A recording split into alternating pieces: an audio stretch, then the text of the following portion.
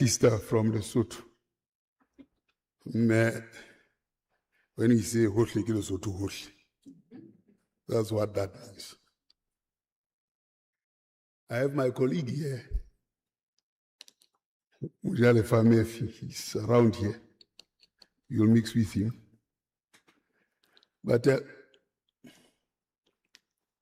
Prof. Ndlovu, thank you very much for laying the foundation.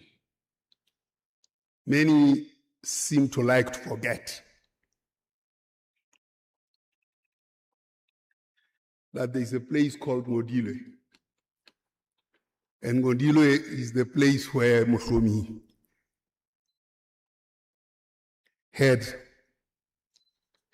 an institute of learning. That's where Skukuni land, and that's where MOSHOESHOE land. It's in the Caledon.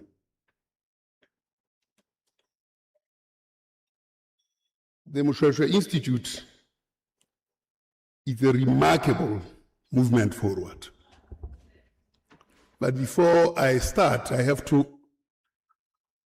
greet, because when Lesotho is here, I have to recognize the Basotho king, Letsie Labrar. You talked about Letsie, the first one.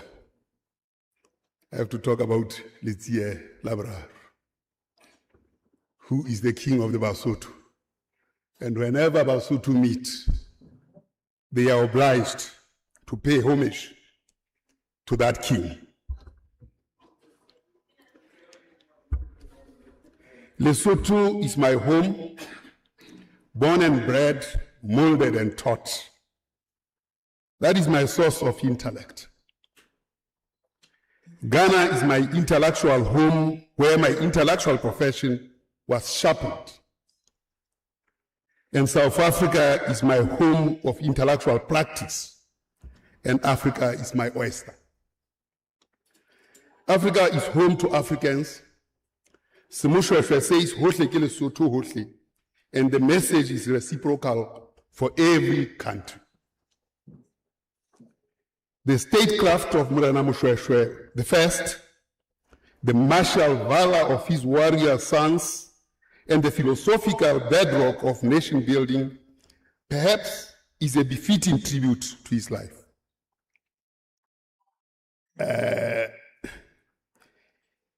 rare legacy a nation can have, but a legacy to be shared, especially as the world faces tumult. Many cannot point where Lesotho is. Perhaps it is because it is one which no one knows about, or because so much of its territory has been stolen. Be that as it may, Morena Mohlomi, the mentor of Morena MOSHOESHOE, gifted the world the 17 Sustainable Development Goals, SDGs, and much more. Morena Mohlomi, the planter, and Morena MOSHOESHOE, whose name after circumcision is Letlama, the binder, projected to the world the founding principles of SDGs in practice. Morena Mohlomi allocated to MOSHOESHOE 5 principles. First, know yourself and know those you lead. Second, mobilize stakeholders to productive outcomes. Third, use new instruments of power. Fourth, guarantee intergenerational value creation. And finally, undertake all these noble tasks through integrated reporting. Morena MOSHOESHOE on these principles lived to leave no one behind. SeMOSHOESHOE is an ideal that Morena MOSHOESHOE did not only idealize, but lived by. For anyone who knows not Lesotho or West Hill, volunteers others to be ignorant about it, has a lot of schooling to undertake. So the President of the United States, Mr. Trump, is invited to join this lecture to learn, know and understand what this Lesotho king gifted to the world, what the planter and the binder meant for meaningful and examination of life in its totality. An unexamined life is a useless life. How his practice and the ethics he lived by are so sorely needed today. He is relevant to the making of Africa. How his practice and the ethics he lived by are so sorely, The intelligentsia are less complete until they have studied Mohlomi and MOSHOESHOE. Max Dupree has given the world a view on Mohlomi, the sage of the Caledon, he called him, in his well-researched book. I do not pretend to give the world a view on Morena MOSHOESHOE in a lecture of 40 minutes, but a glimpse of his philosophy is profoundly essential where we are as South Africa and its twin Lesotho, where Masilo will remain forever being asked about of the heart of his twin brother Masilonya. They were of equal build and birth, Lesotho and South Africa, but once the heart was extracted, the bird keeps singing about the heart of Masilonya to Masilo and the world. The question relevant today is about where the heart of Africa relative to the world lives. The epistemological matrix of SeMOSHOESHOE. To stand before an audience and speak of statecraft in Africa is too often to rehearse catalogue of borrowed paradigms. We look to Westphalian models of absolute sovereignty, Roman Dutch constructs of alienable property, and adversarial common law mechanisms of punitive justice. Yet, nested within the mountainous spine of Southern Africa, forged in the cataclysmic furnace of the 19th century Fakani, lies a complete self-contained and profoundly sophisticated philosophy of governance, SeMOSHOESHOE. SeMOSHOESHOE is not an antiquity to be relegated to museum cabinets or recited solely as nostalgic folklore. It constitutes an integrated constitutional architecture, an economic doctrine of human capital preservation, a spatial jurisprudence of fluid commons, and an asymmetric diplomatic doctrine of non-hegemonic survival. When Morena MOSHOESHOE one assembled the fragment of shattered communities upon the shadow sandstone plateau of Thabo in 1824, he did not merely construct a mountain stronghold, he codified an epistemological revolution. The foundational matrix of this statecraft rests upon four non-negotiable pillars that govern the relationship between the sovereign, the citizen, the land, and the adversary. The first pillar is the personification and revelation of peace as an inviolable familial covenant. Familial covenant. Khaitseli khotso. That's what MOSHOESHOE said. Peace is my sister. So when peace is your sister, how can you violate her?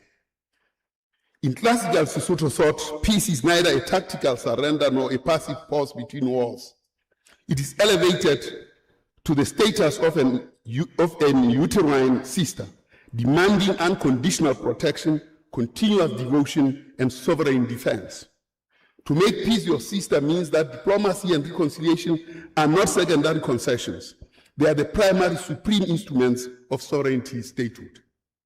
The second pillar is the moral inviolability of human life, crystallized in the instruction of the philosopher sage Morena Mohlomi. A human being is dirty. Human life must never be destroyed. This principle established that the legitimacy of power is measured strictly by its capacity to preserve, nourish, and rehabilitate human beings. A ruler who executes subjects, starves communities, or rules by terror cannibalizes the very demographic foundation of the state. The third pillar is the jurisprudence of uninhibited deliberative candor. At the assembly, the fat is not skimmed off the broth. In literal practice, the rich, nourishing fat floating upon the meat broth served at court is consumed hot and whole. Figuratively, no truth brought before the public assembly may be filtered, diluted, sanitized, or censored to appease the delicate sensibilities of the powerful. A leader who governs through sycophancy and filtered counsel invites systemic collapse. This radical transparency is permanently anchored by the procedural immunity of the citizen. Moakgotla ha tsekiswe. He who stumbles or errs in speech before the council cannot be prosecuted or silenced. The fourth pillar is the economic technology of productive redistribution through the Mafisa system. In the wake of regional devastation, MOSHOESHOE understood that formal political freedom without productive capital is an illusion. Through Mafisa, the royal court lent breeding cattle, grain and land rights to displaced refugees, impoverished subjects, and conquered adversaries. The cattle remained the property of the trust, but the milk, the draft power, the manure, and the portion of the offspring remained with the household. In a single economic stroke, the destitute were converted into self-sustaining agrarian stakeholders, welding hundreds of disparate clans into a united, resilient commonwealth. Milton Friedman's celebrated shareholder value that has decimated Africa through its vassals of the IMF and the World Bank would be put to shame if he held counsel before Morena MOSHOESHOE. The virtues of SeMOSHOESHOE: peace, loyalty, forgiveness, companionship, and generosity. The systemic resilience of the Basotho nation was engineered through severe core ethical virtues, each operating as an institutional mechanism rather than an abstract sentiment. Peace served as the khotso, served as the master asset. It was deployed not when the state was weak, but at the apex of military victory. When the British Empire Imperial Punitive Expedition under General George Cathcart was outmaneuvered and bloodied at the Battle of Berea on the 20th of December 1852, MOSHOESHOE did not unleash his mounted cavalry to annihilate the retreating columns on the open plains. Instead, he dedicated a midnight truce from the heights of Thabo, framing the battle as a sufficient demonstration of British power. By offering an honorable exit to an imperial superpower, MOSHOESHOE preserved the territorial borders of his people and neutralized the threat of an all-out war of imperial retribution. Loyalty, Butsepe, was cultivated through horizontal peer solidarity. Men assist one another in fastening the loincloth. The tseya is the traditional garment of labor and war. Securing it in moments of crisis requires a trusted comrade. The maxim established that collective survival depends upon mutual vulnerability, shared risk, and brotherhood across lineages. Forgiveness, tshwarelo, and magnanimity were operationalized to rebuild the social fabric. In July 1824, during the harrowing winter trek from Botabute to Thabo, the rear guard was ambushed at the Petu Pass by starving cannibals clan led by Rakotswana, MOSHOESHOE's own grandfather.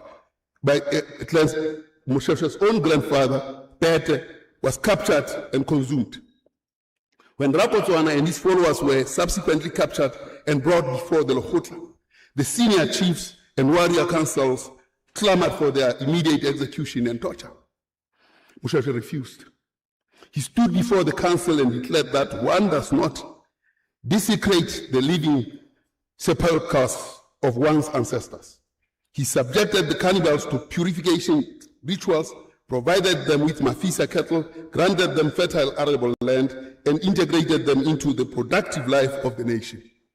By choosing restorative justice over retributive execution, he converted outcasts into agrarian citizens, extinguishing cannibalism across the high veld, not through the spear, but through the restorative power of cattle and grain. Companionship and collective responsibility were forged within the age regiments MEPAD, where princes and the commoners endured the trials of initiation together, creating unbreakable bonds of regiment, trust, and that anchored battlefield maneuvers. Development, kgodiso, was pursued through rapid technological adaptation. Within 2 decades, the Basotho transformed themselves from foot soldiers armed with throwing spears into formidable mounted riflemen, while adopting the ox-drawn plow to turn the Caledon River, basin into the undisputed agricultural granary of the Southern Highveld. Indeed, Morena MOSHOESHOE heeded his mentor of create new instruments of power. Generosity and magnanimity reached their zenith in 1831 during the siege of Thabo by King Mzilikazi's elite Matabele regiments. After repelling successive frontal assaults from the cliffs, using sandstone boulders and throwing spears, the Basotho observed the Matabele forces breaking camp in logistical exhaustion and impending starvation. Rather than pursuing and slaughtering the retreating warriors, MOSHOESHOE dispatched prime-fed slaughtered cattle under royal emissaries with the legendary message. The legendary message said, MOSHOESHOE salutes you, Msilikatsi. Supposing that hunger brought you to this mountain, he sends you this cattle to eat on your way home, lest you perish on the road. The Matabele commanders, overwhelmed by this display of sovereign strength and compassion, accepted the cattle, slaughtered them for sustenance, and pledged never to attack Thabo again, a non-aggression covenant that held to the remainder of Mzilikazi's reign. The strategic philosophy, the Taumesana paradigm. Central to MOSHOESHOE's military doctrine was the profound aphorism, Taumesana, Yari, Hadiradietsa Diposo, Uskiwadi Sitisa. When your adversaries are actively compounding their own errors and engineering their own logistical destruction, do not interrupt them. This doctrine of strategic patience recognizes that aggressive powers are frequently blinded by hubris, racial superiority, and logistical overreach. During the First Free State Basotho War of 1858, known as Ntoyasit, Senegal, the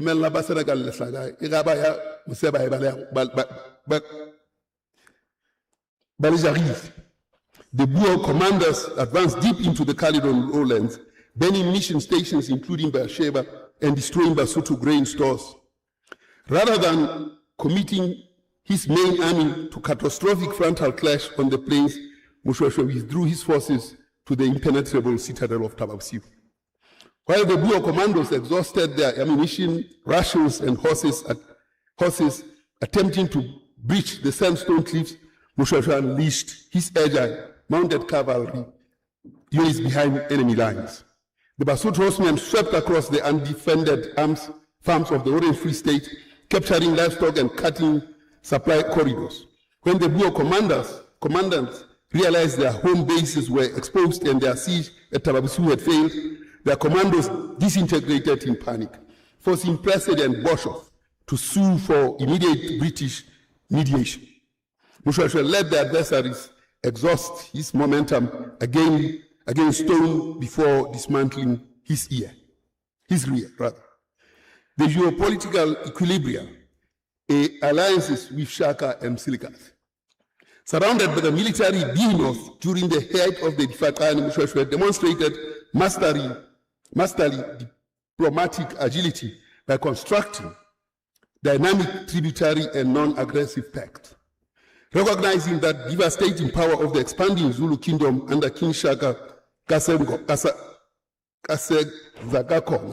MOSHOESHOE initiated a proactive diplomatic channel. He dispatched regular royal emissaries across the Drakensberg escarpment, bearing precious ecological tribute, ostrich plumes, blue crane feathers, and prime otter skins, which were essential for the royal headdresses and regalia of Shaka's elite regiments. By acknowledging Shaka's regional primacy through high-value gifts, MOSHOESHOE secured Lesotho Eastern perimeter. The tribute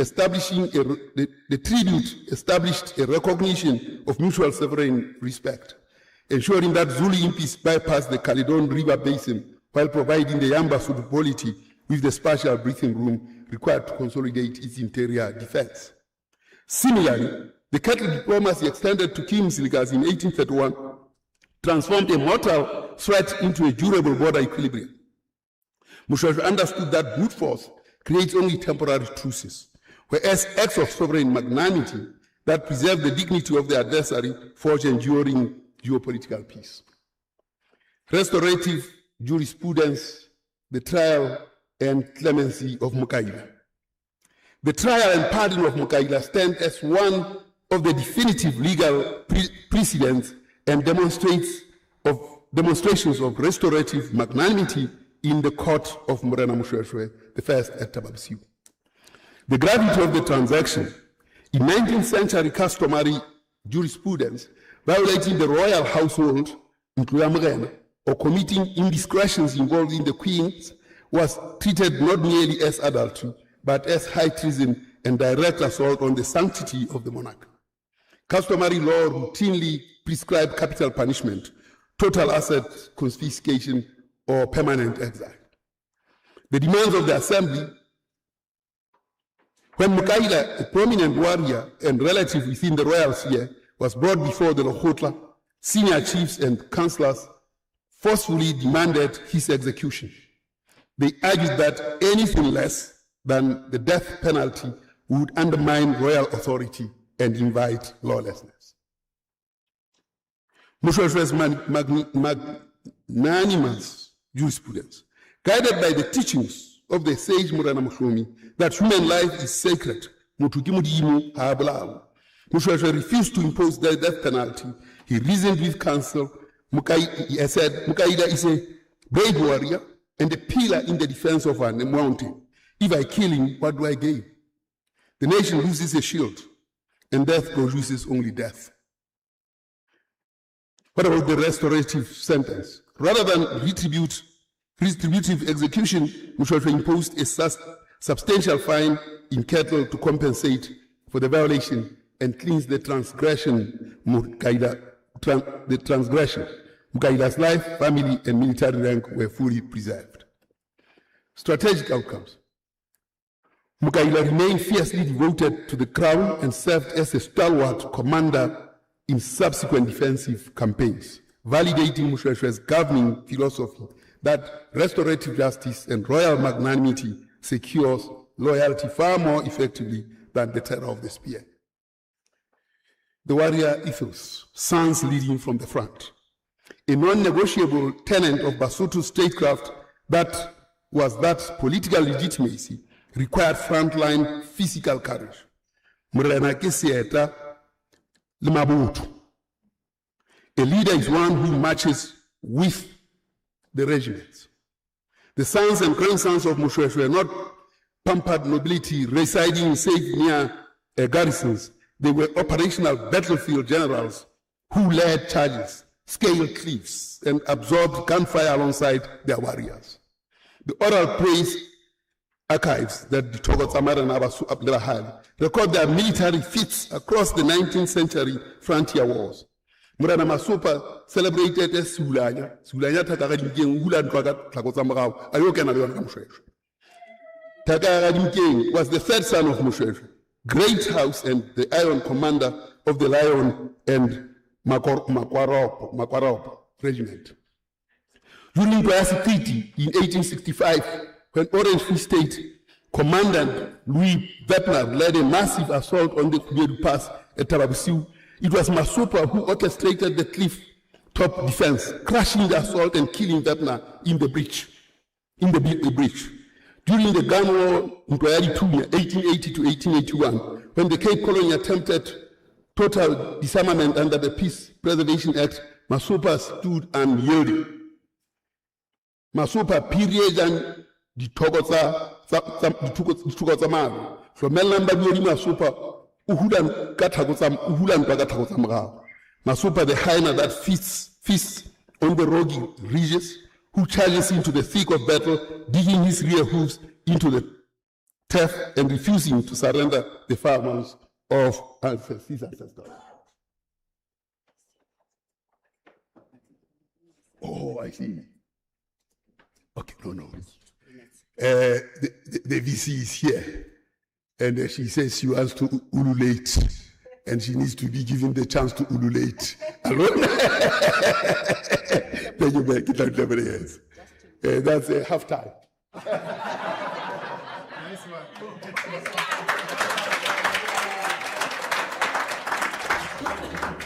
Thank you for that. Let me please ask you to welcome our Honorable Vice-Chancellor and Principal, Professor Lenkabula, and who is joined by our Vice Principal for Institutional Advancement, Professor Magano. Professor Lenkabula, will you please give us... Colleagues, good morning, khotso. Yes. There's a new culture of halftime and commercial projects. You've seen it if you're watching soccer. We don't do it in the academy. I really regret that we had to do it. But because Dr. Pali Lehohla, not just as a statistician, knows very well my maternal family. Like he studied with them, he knows them very well, so I could make that request. I'm here with Professor Mahano. Prof, may I please introduce you? Colleagues, can you give him a round of applause? We're here to extend our gratitude and to offer a message of appreciation for the partnership that the National University of Lesotho and UNISA are undertaking, and as well to pay gratitude to Ntate Lehohla for enunciating this concept, SeMOSHOESHOE, as the key theme of our deliberations. I have had the opportunity to listen to Ntate Lehohla, and Dean, thank you very much for allowing us to pass a message, Professor Paswan. I was listening to Ntate Lehohla, but before he finishes and before the interlocutors ask the question, I'll be the first to start. Ntate Lehohla, I hear you speaking about Morena MOSHOESHOE, Morena Mohlomi, Ntate Mohlomi, and everybody.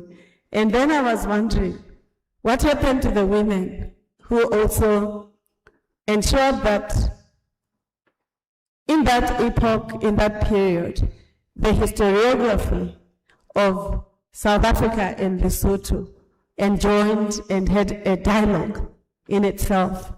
So I happen to be a granddaughter, a great-great-great-granddaughter from my maternal side of Nkgono Mantatisi. He knows.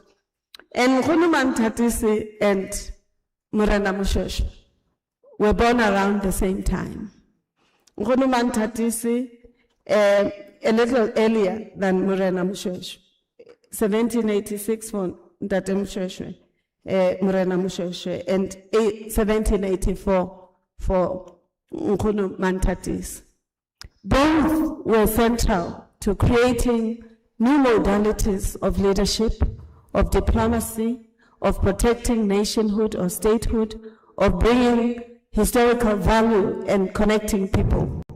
Both had strategic military strategies that protected their citizens here in South Africa, but also in Lesotho. Both lived within a period where in Europe they were contesting colonialism. At a time when that French despot, what was his name? Napoleon Bonaparte, was busy projecting and promoting violence and against black people. If you remember the Haitian Revolution, that was the time when MOSHOESHOE and Nkgono Mantatisi were fighting to build societies, to create cohesion, to contest violence, to participate in statecraft. And I think, therefore, SeMOSHOESHOE will not be complete if a dialogue, this interlocution with the feminist or womanist or Bosadi theorization of drawing on the strengths and the lessons from Nkgono Mantatisi, who consistently interfaced, interacted, pushed back, and sometimes called MOSHOESHOE as an ally. I think we can benefit Ntate Lehohla and all of you colleagues if we can also hold them in conversation, in tension, but also in scholarship that enables us to draw from all the leaders who envisioned strong societies with social capital, social cohesion. Our intellectual and scholarship will be strengthened if we look at these multiplicities. And therefore, I hope to engage in a response and a dialogue with Pali Lehohla so that SeMOSHOESHOE does not leave out Nkgono Mantatisi, Nkgono Mantsupa, and all other women that were central to the founding of strong nations that we are the descendants of. Welcome to UNISA, the home of leaders, the university committed to shaping futures. I'm grateful to the TM School for the work that you're doing. And even my favorite prof, he's happy because he has a friend from Lesotho.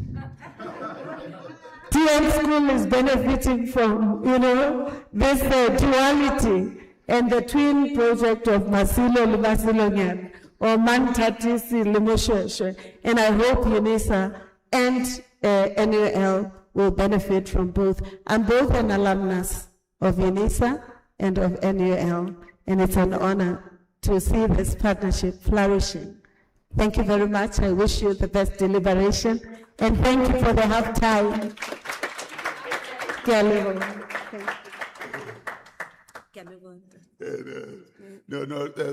Thank you very much, BC. I know you send me flowers, and I'm now Professor Extraordinaire here at UNISA. Thank you very much. Colleagues, Professor Mahanu is the Vice Principal responsible for institutional advancement, the people here at UNISA, UNISA Foundation, as well as all communications, marketing, eventing at the University of South Africa. He's also, people. We don't say HR. Thank you, Prof. HR, for those who are used to that terminology.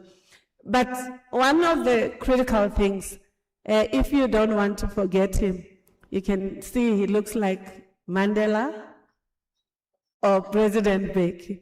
It's not me, it's all the visitors to UNISA that says that. He's a statesman and a strong intellectual in microbiology, especially the discipline of parasitology. And it's a great honor for me to be coming here to extend a message of support and a message of appreciation on behalf of UNISA. And if you see us leaving, please forgive us. We have other meetings. We would have wanted to prioritize this and hear our statistician reflecting not on numbers, but on discourse and discourse analysis. Thank you. Thank you very much. Prof. Makano, thank you very much. Thank you, BC, for gracing this moment. And then I am emboldened at halftime to go to the second round. Mantatisi, the warrior, is the cause why Moshoeshoe left Tababusi, Tabotabote to Tababusi, because the Troka were very fierce. And Moshoeshoe felt that Musesane, she was called, she's a problem. But then they formed a very strong alliance later in life.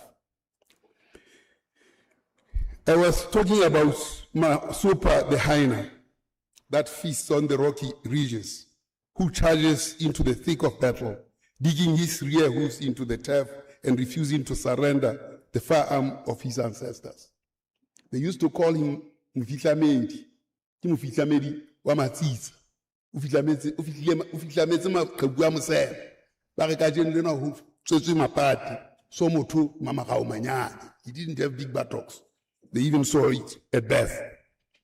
Now, Morena Mohlomi, the grandson of Moshoeshoe and son of Litsie, the first Litsie, who was at the Free State meeting, but he sent his son, the Rotori, to be part of in the Free State during the establishment of the ANC. His praise songs were Tautse Flamyan wal Rotori Wasilala, wa mabefula Morena o disabole Morena o hlopha sa dihale o hlopha sa dihabole moragosi dihabole re bala sama the one. When he was praised, le hlaba motho leoto a situ yema a itshwarelle ka sefate matlalo. During the war in Moshanapeng, mono ba kwa o pepetswa thuteng ya upepetsa madi a matso a mothapo a hlo ana atho lo ngola ke so ngole a kena ka pale be mo metsi a ntsa lukana a ga fihla re ele tjere tswantwi. Now the blood left and went to Cape Town to go and report that they have fled from war. This man was dying. That's how laboratory places were. They were from Matebe to Tenya Pepeta, Mohubakwang Mahua Bahal. Iserabapala Mutwa, Irapalaza Mufewa Mufeta. At the decisive battleground of Matebe and Calaban in 1880, Lorotoris mounted cavalry outmaneuvered the artillery and cavalry of the Cape forces, routing the colonial army, forcing the political bankruptcy of Prime Minister Gordon Sprigg administration, and compelling the British Crown to grant Basotho separate status in 1884. Morena Mama celebrated as Lehohla Tswana la Senate, Mama, la dumelanga modisa pereng, la mojala fatshe le dikokwana. Commanded the lightning cavalry sweeps that disrupted colonial infantry lines. Lehohla Tswana la Senate, Mama, la dumelanga modisa pereng, la mojala fatshe le dikokwana. The great whirlwind, which translates into the great whirlwind of the House of Senate, who roared across the plains, plucking the enemy scout straight from his saddle and casting him into the earth. The clash of property regime, that is communal usufruct and cadastral enclosure. The protracted 19th century conflicts across the Caledon River Basin were fundamentally a structural collision between two irreconcilable conceptions of space, law, and resources. Pre-colonial Africa land tenure was rooted in an inalienable usufructuary trust. Land could neither be bought, sold, nor permanently alienated. The sovereign, which held the land in sacred custody of living, diseased, and unborn generations. Space was defined by porous ecological corridors, natural river systems, mountain salients, and the seasonal migration of livestock, Miraka, between sweet-felt lowlands and sour-felt mountain pastures. Resource rights were multi-layered, and they consisted of the household-held exclusive rights to cultivate grain in summer, but post-harvest, the same field reverted to open communal grazing for all village heads. European settler statecraft operated on freehold alienability under Roman, Dutch, and English common law. Land was an exclusive commercial commodity, severed onto paper deed registries, and bounded by straight-line grids, stone bacons, and wired fencing. Colonialism weaponized the cadastral survey. When MOSHOESHOE granted grazing permits or settlement rights to early Boers and missionaries, he acted under customary usufruct, expecting tribute and recognizing sovereignty custody. Settlers systematically misinterpreted hospitality as permanent freehold purchase. Through boundary commissions like the Warring Line of 1849 and the catastrophic Treaty of Allual North in 1869, colonial surveyors drew mathematical lines that excised more than 50% of prime arable land from the Basotho nation. Long-established villages were converted overnight into illegal squatters on paper. Fences severed transhumance routes, confining dense populations and cattle herds to erodible mountain slopes, teetering rapid ecological degradation and soil erosion. What about the political economy of dispossession? Granary to labor reserve. The modern economic distress of South Africa's peripheries is the consequence of an engineered economic inversion. In the 1850s, 1860s, and 1870s, the Basotho operated the undisputed agricultural breadbasket of the Highveld. Following the discovery of diamonds in Kimberley in 1867, Basotho farmers adopted the ox wagon plow, supplying hundreds of thousands of bags of wheat, maize, and sorghum via wagon convoys. The agrarian efficiency completely outperformed white settler farming across the Free State and the Cape Colony. To dismantle this African agrarian competition and manufacture an elastic labor supply for the deep-level gold mines of the Witwatersrand, colonial administrations deployed structural coercion. First, the loss of Nahayahomo under the 1869 Annual North Treaty stripped the nation of its fertile Trans-Caledonian lowlands, causing the ratio of arable land per household to collapse. Second, colonial authorities imposed protectionist grain tariffs and built coastal railways directly to the mining centers, flooding the market with cheap American and Australian grain and pricing Basotho produce out of the market. Third, British administrations instituted cash-denominated hut and poll taxes, making the sale of bodily labor on the Witwatersrand the sole legal method to obtain British sterling. Fourth, the Chamber of Mines established a recruitment monopoly through Wenela, the Native Recruiting Corporation, and Teba, turning Lesotho into a spatial labor enclave. By the 1970s, over 120,000 to 150,000 Basotho men, accounting for nearly 50% of the active adult male labor force, were absent on oscillating mining contracts. Under the Deferred Pay Act of 1974, 60 to 90% of basic miner wages were compulsorily withheld and wired directly in bulk to the Lesotho Bank in Maseru.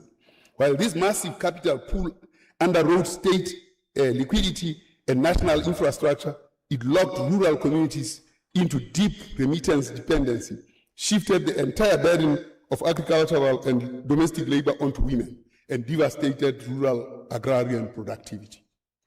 The cross-border occupational restitution, silicosis, SeMOSHOESHOE, and the Odimois reform. The structural debt of mineral extraction remains unpaid. For over a century, thousands of Basotho mine workers inhaled crystalline silica dust in ultra-deep shafts, contracting irreversible silicosis and occupational pulmonary tuberculosis. When incapacitated, these men were discharged with nominal payouts and sent home, externalizing the terminal health care and palliative costs directly onto impoverished rural families and underfunded village clinics. The legal watershed occurred in the 2011 Makanyi versus Anglo-Ashanti Gold Limited Constitutional Court ruling, which struck down statutory corporate immunity, enabling the historic 2016 Nkala and others versus Harmony Gold Mining Co. Limited class action. Certified across South Africa, Lesotho, Mozambique, Swatini, and Malawi, the court ruled that compensation claims transmit directly to the estates and surviving widows of deceased mine workers. This culminated in the 5 billion rand SeMOSHOESHOE Trust settlement in 2019. Yet operational bottlenecks persist across Lesotho mountain corridors. Elderly widows face the loss of paper service books, the absence of historical post-mortem lung historiology, and high transport costs to reach lowland benefits medical examination centers. True restorative justice requires the structural merger of the segregated occupational diseases in Mine and Work Act Odimois into the Compensation for Occupational Injuries and Disease Act COIDA. Merging these frameworks eliminates discriminatory lump sum settlements, providing mine workers and their widows the lifelong inflation-indexed pension and portable healthcare coverage across the SADC region. The two prime ministers, fierce contestation but converged on Moshoeshoe, the white gold and the gizzard, it was called.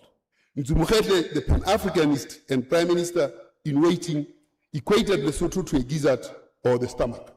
Located in the center of South Africa, it would digest South Africa, was the answer he gave to an uninformed critique saying, why this small country in the middle of another country? Morena Mohlomi, the post-independence prime minister, would talk about white gold, the waters of Lesotho, that will bring life to its neighbors, South Africa. Today, the Basotho and Botswana peoples are renewing their ties through the Purihari water scheme. Now, as I come to, a quarter, what will Mohlomi say? The contemporary, if Morena Mohlomi, one were to stand before this assembly today, looking upon the borders of Africa, the economic display of our youth, the fractures of our continental bodies, and the ongoing mineral exploitation of our soil, his voice would cut through our modern illusions. On the question of regional boundaries, Mohlomi would ask, why do you continue to worship the straight lines drawn by Major Warden and Sir Philip Wardhouse? Land that was stolen cannot be sanctified by turning brothers into foreigners. If a Mosotho, a Zimbabwean, a Mozambican, or a Congolese cannot cross the plains where our ancestors traded freely without being hunted as an illegal alien, then your African Union is merely administering colonial enclosures. We build a nation by opening the great gate of peace to all who were displaced. You must tear down your paper fences and create a seamless continental sanctuary for our people. That's what Mohlomi would say now. On mineral capital and restitution, Mohlomi would demand that the gold of Igoli was purchased with the lands of Basotho men to deny a widow in Mokhotlong or Tabatseka her husband's compensation because she lacks a paper document or a hospital postmortem is an ongoing crime. Justice is not a favor granted by men's houses. It is the repayment of a century of blood, sweat, and uncompensated sacrifice. Pay the widows, heal the sick, and reinvest that capital into the fertile soil of the mountains. On governance and leadership, Ekanda Mohlomi would caution a leader who surrounds himself with sycophants and silences dissent has already surrendered his realm. The Lehohla was built on the law that the broth is not skimmed of its fat. Let the people speak. Protect the one who stumbles in speech. When leaders live in opulent palaces while the youth wander without work and the elders weep in neglected villages, your government is built on sand and will fall at the first siege. On food sovereignty and economic development, Mohlomi would remind us we broke the Difakani not solely with the sandstone leaves of Taopsiu, but with the sorghum of our valleys and the Mafisa cattle shared amongst the destitute. A nation that cannot feed itself and imports its grain from across the river is not independent.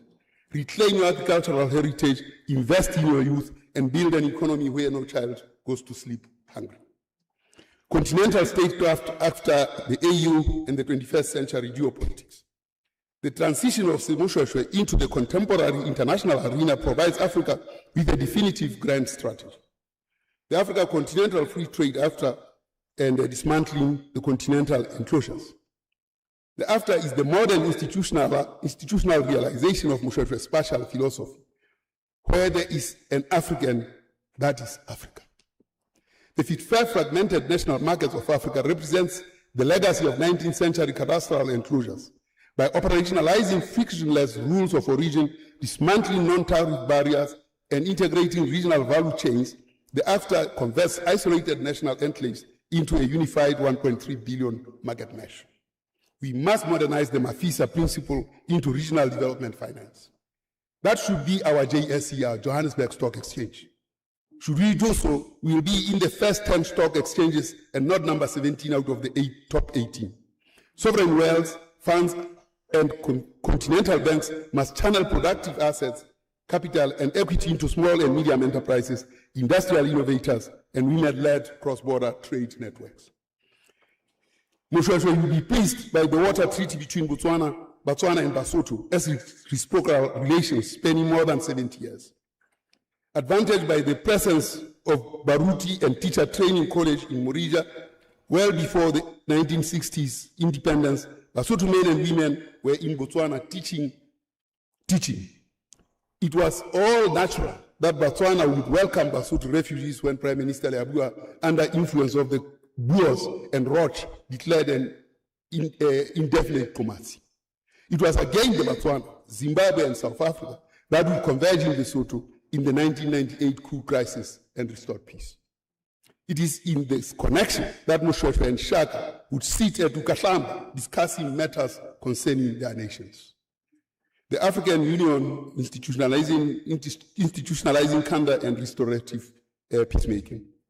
If Morena Mohlomi, one, were to stand on the plains of the High Veld today and hear the cry of Makahambe, he would recognize it as a tragic inversion of African statecraft, an amnesia of our shared regional history, and a failure to diagnose the true structural roots of socio-economic distress.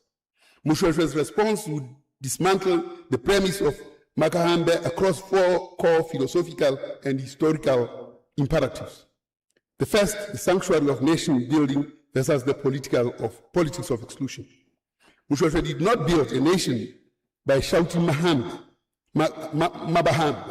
He built the Basotho nation by declaring khotso ke khoro entle. Peace is a wide and open gate. When the High Veld was engulfed in the devastations of the Difakani, he took in displaced refugees, Bafokeng, Batlokwa, Baputi, Bataung, and even defeated foes, and integrated them into a resilient, unified polity.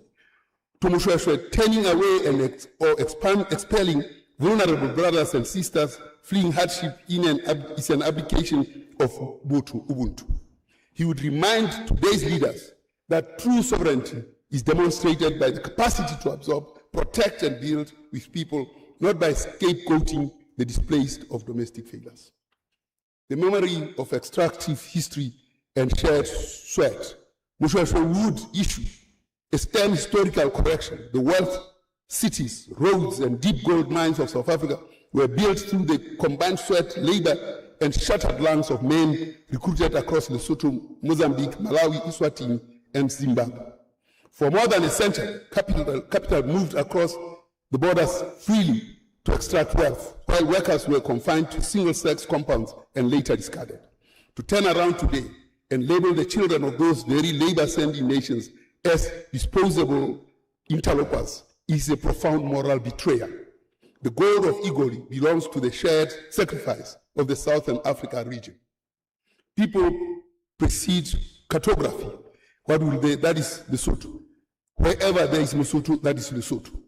When colonial administrators demanded rigid boundaries, Mohlomi answered that sovereignty resides in the human being, not in the artificial lines drawn on paper.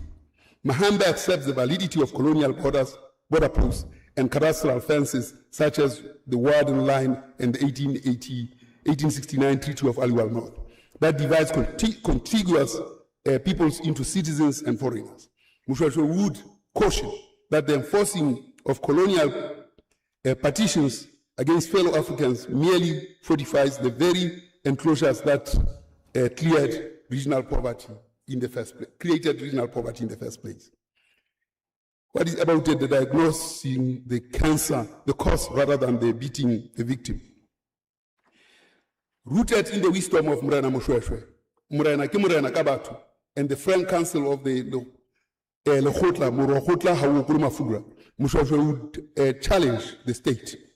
Why blame the undocumented street vendor or farm worker for the structural collapse of public services, youth unemployment, and institutional corruption?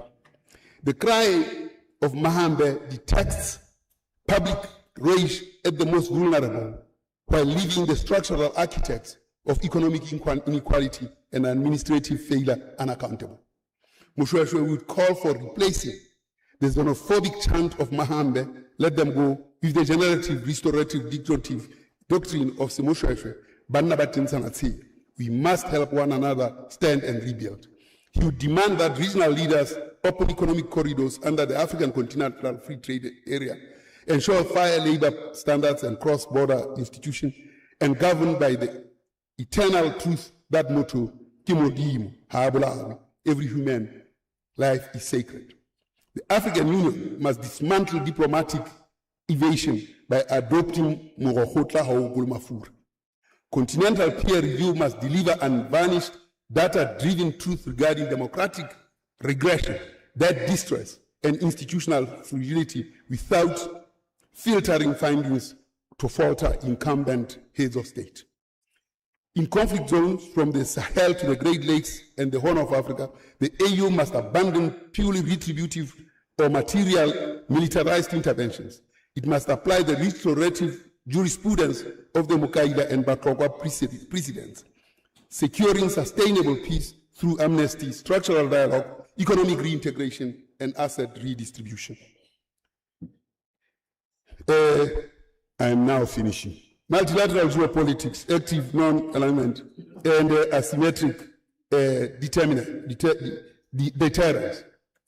In a tribute, in a 20th and 21st century multipolar order, where global power vie for Africa critical minerals, energy corridors, and diplomatic votes, SeMOSHOESHOE offers the blueprint for active non-alignment. Africa must reject subservience to any single superpower bloc, whether it's Washington, Beijing, Brussels, or Moscow. We must deploy the strategic hedging of the Shaka Mzilikazi Accords, engaging global partners strictly on terms that advance sovereign continental interests. African diplomacy must utilize the Golden Bridge doctrine of the 1852 Beria dispatch, resolving geopolitical disputes by providing adversaries with viable face-saving off-ramps that prevent catastrophic economic or military escalation, while maintaining credible institutional deterrence. Generational value creation and preservation. Generational value creation requires that assets are not consumed in immediate political consumption, but locked into perpetual institutional trust for the unborn. 4 structural pillars through which SeMOSHOESHOE is generated intergenerational wealth, combining biological assets with distribution, with rapid human capital formation and restorative legal mechanisms. MOSHOESHOE did not measure wealth by the private hoard of the monarch.